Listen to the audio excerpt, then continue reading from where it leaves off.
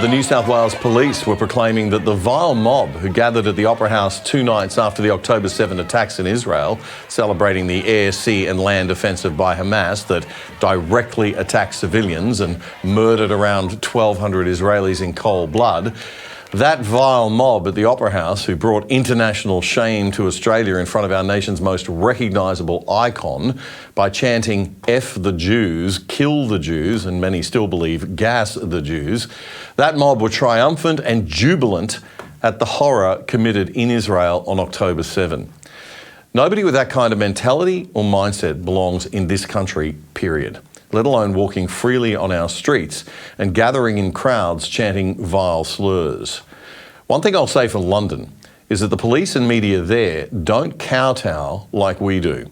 While the weekly rallies at Westminster can be quite horrible in intention and sentiment among certain groups, anybody that's heard mouthing such vile words as we heard at the Sydney Opera House would be and is pretty swiftly arrested or moved on by police. Certain flags are not permitted and certain chants are not tolerated. But here in Australia, we had the New South Wales Police try to tell us all that they weren't saying gas the Jews, but merely where's the Jews. If you're gullible enough to buy that rubbish, I've got a bridge I'd like to sell you. But let's say we were gullible enough. Is where's the Jews any better than saying gas the Jews?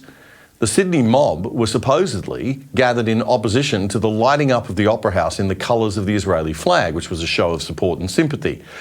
They lit flares, burned an Israeli flag and chanted their anti-Semitic slogans. What did the police do? Nothing. They let them carry on. And instead, they warned the Jewish community to stay home for their safety. Not unwise advice, but advice that should never be necessary in modern Australia. And remember that the only person who got arrested that night was a guy carrying a rolled up Israeli flag in support of Israel who refused to be moved on. Despite having several signed witness statements from people who say they clearly heard the phrase gas the Jews being chanted, New South Wales Deputy Police Commissioner Mal Lenyon says their audio expert says the phrase was actually where's the Jews. Right, okay. October 7 was the biggest attack on the Jewish people since the Holocaust, and there's been a 700% increase in the number of anti-Semitic incidents reported in Australia. A recent editorial in the Australian newspaper asked this question: what would the reaction of Muslim Arabs in Australia be if, following the Christchurch atrocities, hundreds of white Australian men waving Southern Cross flags gate-crashed a candlelight vigil for the victims while loudly chanting, "Where's the Muslims?" What would you say to those who supported such a demonstration? The expression "where's the Jews" is as bad as gas the Jews because it means where are they, bring them out so we can kill them. That's the underlying intent of that chant.